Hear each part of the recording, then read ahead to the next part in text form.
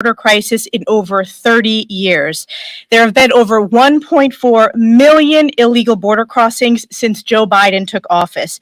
And in September alone, there were more than 192,000 border apprehensions, a 233% increase from last year, and the highest number for September in recorded history. Democrats' reckless spending policies have resulted in an economic crisis across America that has families making less and paying more for just about everything as inflation continues to skyrocket. At the pump, American families are paying more. The average cost for a gallon of gas is over $3 in every state across America and much higher in states like California. That's over $1 more than last year. Right now, our local communities are also facing a supply chain crisis that's leaving shelves empty just in time for the holidays. And Thanksgiving is shaping up to be the most expensive Thanksgiving meal in the history of the holiday. And now we see in the Democrats' far-left socialist tax and spend multi-trillion-dollar behemoth bill that they are warning Americans there will be home heating bills increasing upwards of 54% compared to last winter. These crises hit American families directly. And in the midst of this uncertainty heading into the holiday season, Democrats continue to peddle this tax and spend multi-trillion-dollar package with far-left socialist policies. Today, you will hear about some of those policies from my colleagues, Congressman Drew Ferguson, the Chief Deputy Whip, Armstrong, who will talk about Joe Biden's energy crisis. I'm going to turn it over to Drew Ferguson, who will talk about the IRS spying on Americans in the Democrats' bill. Drew. Thank you, Elise. Americans are fed up. They are fed up with the price of gas. They are fed up with the lack of supplies and food on the shelves. They look at Joe Biden as a modern-day Grinch that's on the verge of canceling Christmas, and they are tired of being told what to do. And probably the most egregious provision in the Democrats' tax and spend plan, the largest in American history, is a provision that would allow the IRS to spy on your bank accounts. To put that in perspective, if you spent $28 a day, you would get caught up in the IRS dragnet. $28 a day. And this is wrong. Americans do not want the IRS looking in their bank account, and the federal government has no business looking at your private bank accounts and your money. People are sick and tired of this. Since I have been in Congress, I have not had a single issue that has raised this much attention and awareness. It is the number one issue that has been with calls coming into my congressional office. And I've got colleagues throughout the conference, both Republican and Democrats, that are saying the exact same thing. So we introduced a bill to prevent the Treasury Secretary from implementing rules that would allow the IRS to tap local banks, credit unions, and other entities to spy on your bank accounts.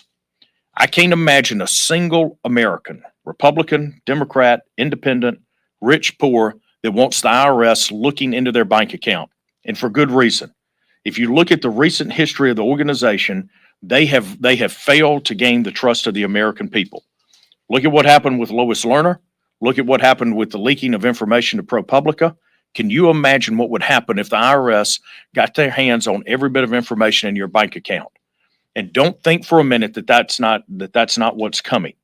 The Democrats want control. They want control of your life. They want control of your finances. They want control of everything. And we're here to stand up against that, to push back, and we're going to continue to raise awareness about this. It is wrong. We think it's unconstitutional, and the federal government should not be allowed to look into your bank account without a reasonable search and seizure and a warrant. It is your private business. It is not the business of the IRS. So with that, we stand committed to blocking this horrible provision and to make sure that we maintain freedom in America's lives. Thank you. I'm now going to introduce my colleague Kelly Armstrong from North Dakota, who will be talking about the energy crisis. Make no mistake, this is self-induced. This is created by the Biden administration. And you can start from where we started. First day in office, they canceled the Keystone XL pipeline with our closest trading partner, our neighbor to the north, Canada. Then we move across the Atlantic Ocean and help Vladimir Putin and greenlight Nord Stream. We pass regulations that make it absolutely hostile to develop minerals on federal lands. Then the Biden administration begs OPEC to open the pumps back up. It's no secret why this is happening. And this is before we pass one single thing in this $3.5 trillion reconciliation package. North Dakota is an energy powerhouse. We've got notice from our two utilities that people are going to pay upwards of $150 to $200 more for their energy costs this winter. When you say you're not taxing anybody who makes under $400,000, people who are paying $200 more to heat their home in North Dakota in the winter will disagree with you. You have to be uniquely incompetent. This is bad for consumers, it's bad for domestic energy producers, and it's bad for American workers. We are creating a policy that makes energy more expensive and puts us in a bad competition slate on the world stage. It's that simple. And on top of that, we're moving towards these unrealistic climate goals that simply cannot be attained in the time in which they say they do. My concern isn't that they succeed because they can't succeed. My concern is that they fail. And when they fail, consumers are going to pay more for energy. American companies and American workers are going to suffer. That's exactly what's going to happen as this moves forward. And we need to talk about it, and we need to be honest with the American people about it, because their costs are going up, whether it's at the pump or it's to heat their house or to feed their families. And we're not spending enough time talking about why that is. And with that, I would turn it over to our whip. Thanks, Kelly. Hardworking families are paying the price for all of these crises that have been created by President Biden and his big government socialist agenda that we've been seeing this whole year. Whether it's the inflation that people are paying for every good and supply that they buy when they go to the grocery store, when they try to renovate their houses, they're waiting longer for things because of the supply chain crisis. They're paying dramatically higher, over 40% more at the pump because of the energy crisis that President Biden created. The border crisis continues to bring thousands of people a day across illegally, including people on the terrorist watch list. They won't even be transparent about the numbers, how many illegal crossings, how many people on the terrorist watch list have come across our border because of the border crisis they created by all of their far left items. And unfortunately, when you look just last week, President Biden did a town hall meeting, and he was asked what his answer is on the energy crisis. How is he going to lower gas prices for families who are paying, in some cases, $100 to fill up their car, and then their credit card maxes out at $100 at the pump, and they can't even fill up their car on $100. And when the president was asked what his answer is, he said that he doesn't have a short-term answer. I think that's embarrassing that the president of the United States, when confronted with the biggest crisis that families are facing that he created, says that he doesn't have an answer to that problem. Well, the good news is House Republicans do. We have an answer to that crisis. As Kelly talked about, let's just get back to the things that were working. We were an energy dominant nation when Joe Biden took the oath of office. Gas prices were less than $2 a gallon.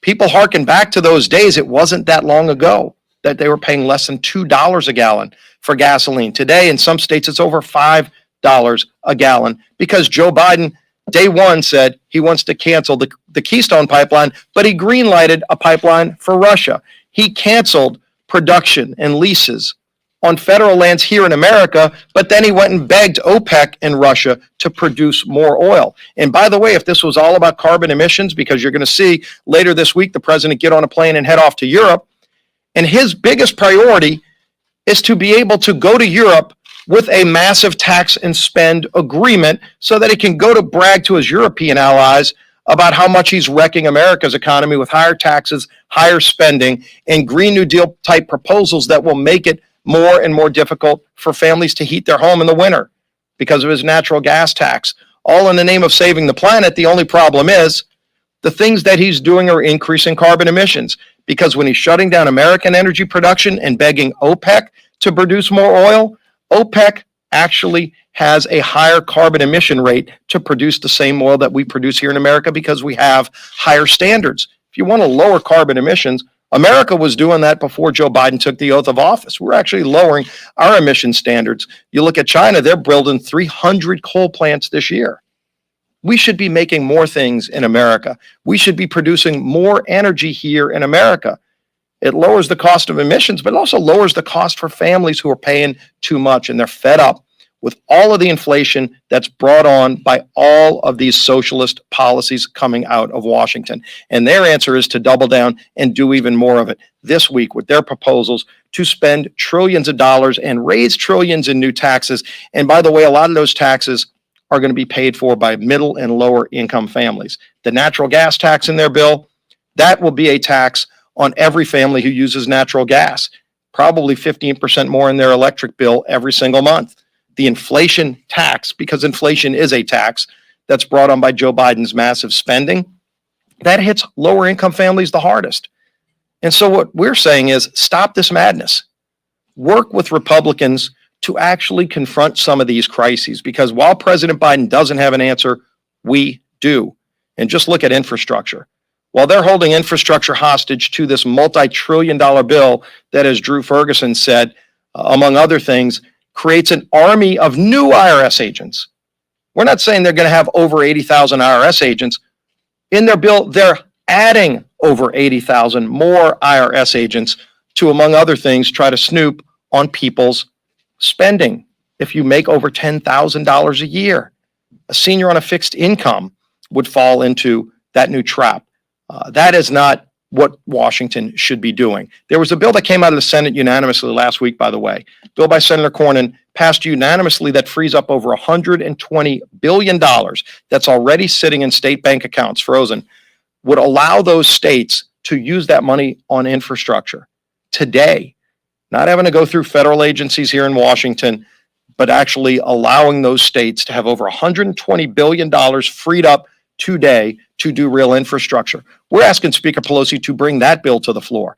And again, that's a bill that last week passed unanimously out of the Senate, every Republican and every Democrat. That's bipartisan infrastructure that's not held hostage to more big government socialism. Those are the kind of things that we should be doing up here while President Biden goes off to Europe to talk about how he's raising taxes and raising spending here in America. With that, we'd be happy to take some questions. Yes, ma'am. I know the House GOP had a political conference meeting this morning. What is the level of confidence or optimism among Republicans right now about winning back the House? And just, can you describe the general mood? There's a lot of energy, very positive energy about where we are in our path to take back the House next year. And it's because you see it all across the country. There's an anger by families, Republican, Democrat, and independent. You see it in the polling. They're angry about all of this big government socialism. They don't like the spending. They know that the spending that President Biden and Speaker Pelosi have done are the biggest driver of inflation. And inflation is the biggest thing that's holding families back today. Even if you're getting a wage increase, it's being undermined by a dramatic increase in inflation that ultimately takes that away. Elise talked about the projections that this will be the most expensive Thanksgiving ever.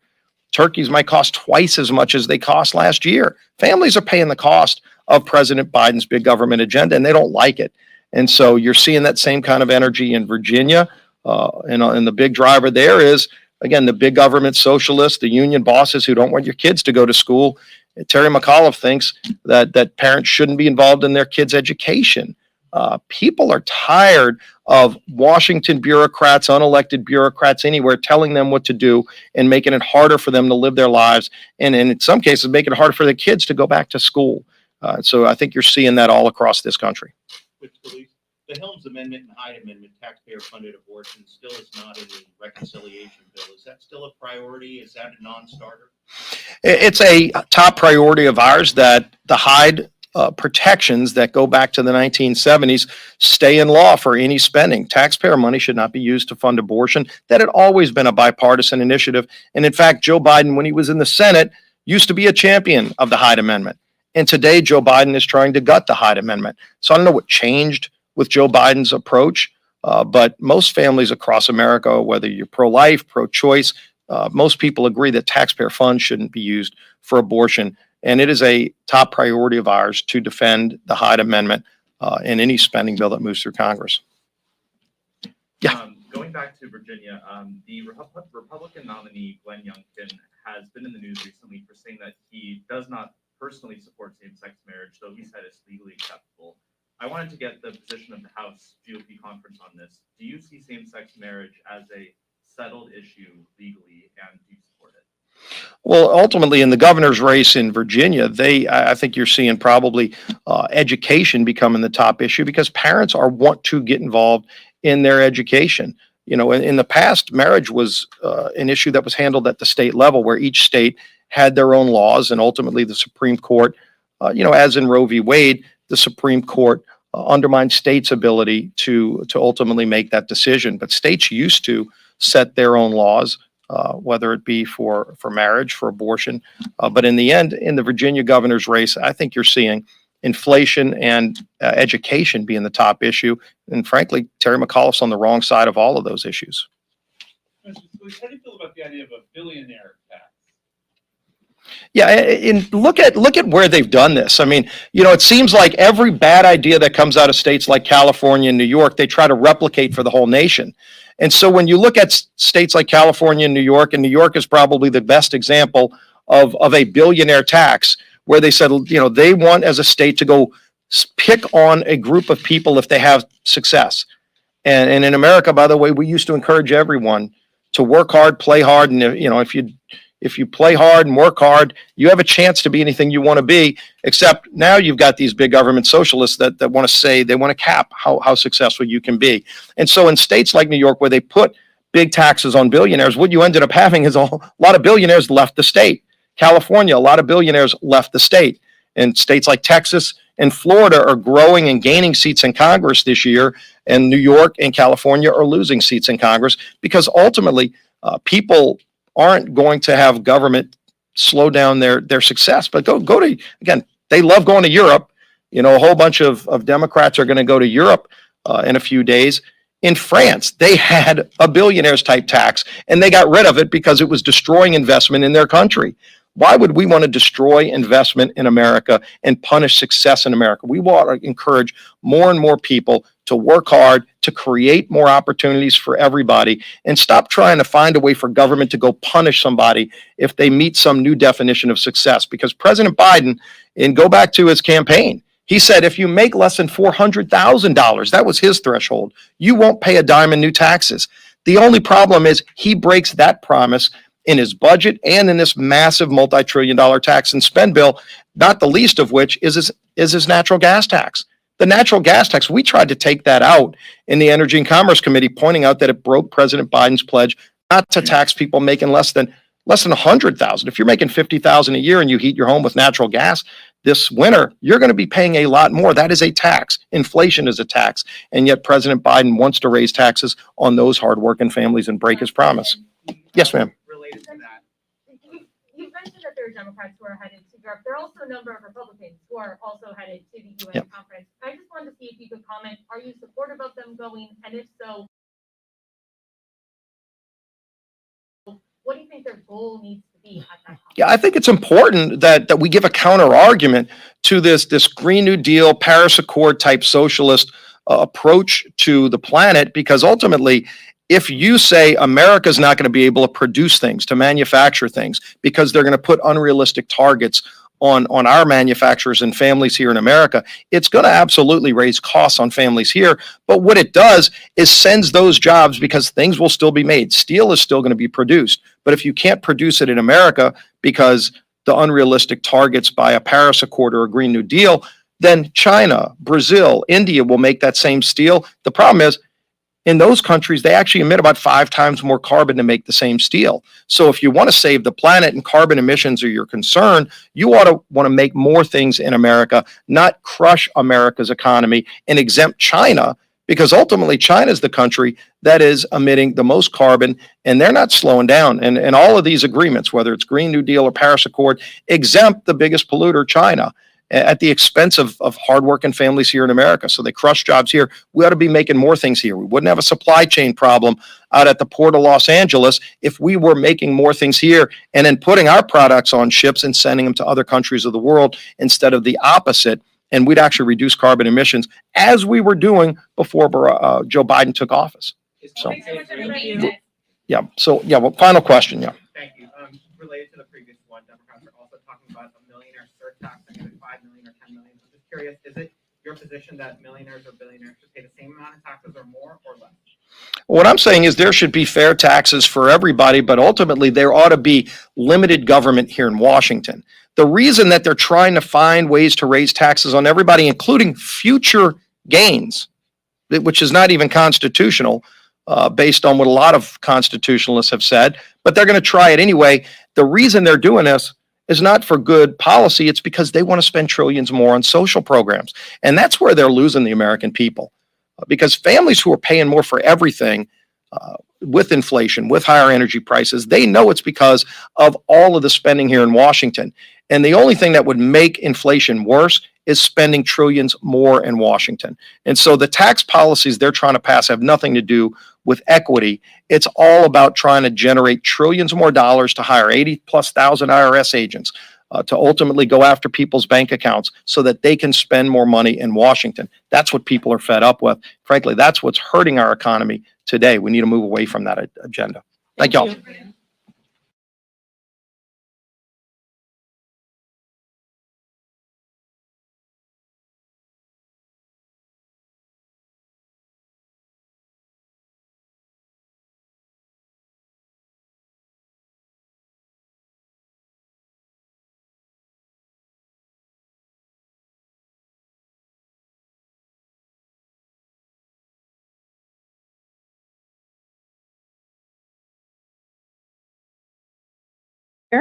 The American people are continuing to suffer under the failed far-left policies of Nancy Pelosi, House Democrats.